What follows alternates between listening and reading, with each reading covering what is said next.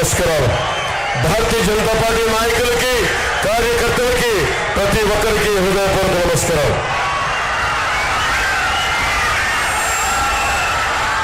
మీకు ఎమ్మెల్యే అభ్యర్థిగా మనందరి కోసం బలంగా వచ్చి చంద్రబాబు గారి మద్దతుతోటి, మీ అందరి మద్దతుతోటి, మోదీ గారి మద్దతుతోటి మన తిరుపతి గాజు గ్లాసు గుర్తు మీద జనసేన పార్టీ అభ్యర్థిగా, కూటమి అభ్యర్థిగా జనసేన పార్టీ నుంచి పోటీ చేస్తున్న శ్రీ ఆర్ఎల్ శ్రీనివాస్ గారిని భారీ మెజారిటీ తోటి మీరు గెలిపిస్తున్నారు.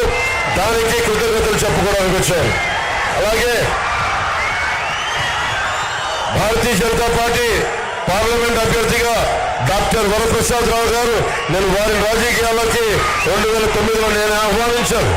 వారికి కమలం గుర్తు మీద మనస్ఫూర్తిగా మీరందరూ అభిమానంతో పెద్ద ఎత్తున మెజారిటీతో గెలిపించవలసిందిగా కోరుకుంటా ఉన్నాం. అలాగే చంద్రగిరి నియోజకవర్గం పులవర్తి నానిగారికి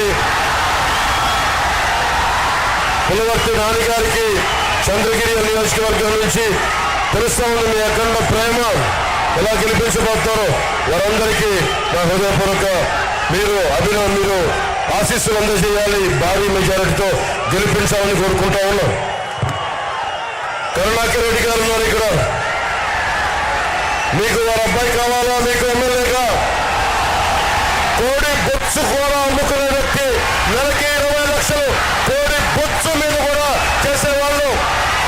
కోడి బొచ్చు అమ్ముకునే వాళ్ళు మనకు కావాలా? లేదంటే బలంగా నిలబడి చంద్రబాబు గారి మద్దతుతోటి, జనసేన మద్దతుతోటి, ప్రధాని మోదీ గారి మద్దతుతోటి నిలబడే మనకు ఆర్ఎల్ శ్రీనివాసులు గారు, మనకి అందరూ నాయకులు సంపూర్ణంగా మద్దతు ఇస్తా ఉన్నారు. నేను మీకు మాటిస్తున్నా, చిరంజీవి గారిని ఆ రోజు గెలిపించారు మీరు. మెగాస్టార్ చిరంజీవి గారిని తిరుపతి ఎమ్మెల్యేగా చంద్రబాబు గారు ఒకటే కోరారు, ఇది మేము రక్షించుకుంటాం, తిరుపతి ఆధ్యాత్మికతను రక్షించుకుంటాం, తిరుమల పవిత్రతను రక్షించుకుంటాం, కులాలకి మతాలకి భేదం లేకుండా అందరినీ సంరక్షించుకుంటాం. ఇది కూటమి తరపు నుంచి మీ సంపూర్ణమైన మద్దతు ఇవ్వాలని కోరుకుంటే చాలా పెద్ద మనసుతోటి చంద్రబాబు గారు అంగీకరించారు. వారికి మీ అందరి సమక్షంలో నా చేతులెత్తి వారికి నా హృదయపూర్వక కృతజ్ఞతలు తెలియజేసుకుంటా ఉన్నాం.